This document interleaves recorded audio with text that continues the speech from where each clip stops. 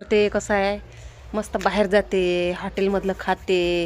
हॉटेलमधलं खाल्लं तेलकट तेल कसं राहते, काय कसं राहते, खाते. आपली ढेरी वाढवत वाढवत जाते. आणि मग ढेरी वाढली का मग लावते जिममध्ये जाते. मग जिममध्ये व्यायाम करायले. त्याच्यापेक्षा घरगुती व्यायाम करा, चांगलं तेलकट खाणं बंद करा.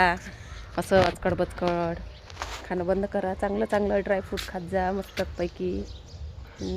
ह्या आमच्या बॉडी बिल्डरसारखी बॉडी बनवत जा. चहा कमी पेत जा तुम्ही.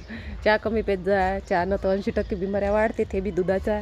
आपली याची चहा प्या ना, ग्रीन टी. म्हणजे ना आपली मस्त निंबूचे पानं झालं, पुदिन्याचे पानं झालं, तुळशीचे पत्ते, याची चाय घेत जा ना. गूळ साखर खायला टाकता त्याच्यात, मस्त थोडीशी हळद, रोज सकाळी उठून व्यायाम करायचं, तेव्हा आम्ही तुम्ही तर चहा माझ्यासारखे स्ट्रॉंग राहा.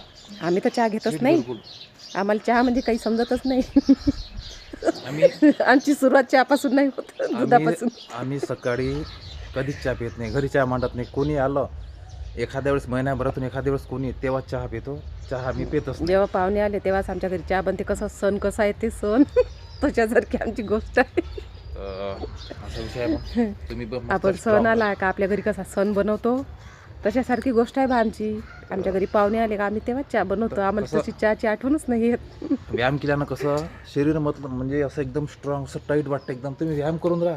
व्यायाम करा, तुम्हाला सकाळी उठल्यावर कधी तुम्हाला आळस येणार नाही. तुम्हाला शरीर एकदम कसं आहे, फिट लागेल आता मस्त. कोणी कोणी म्हणजे बायाले राहते म्हणा सवयी, बाया माणसाले का चहा पेल्याशिवाय त्याले ना असं कसं तरीच वाटते, म्हणजे आळस आल्यासारखं कसं तरीच वाटते. पण कसं आहे, सकाळी सकाळी चहा पेते बाई, माय म्हणतो मी तर चहा नाही पेत गड्या. मला तर सवय नाही आहे, मला आठवण बी येत नाही चहा प्यायची.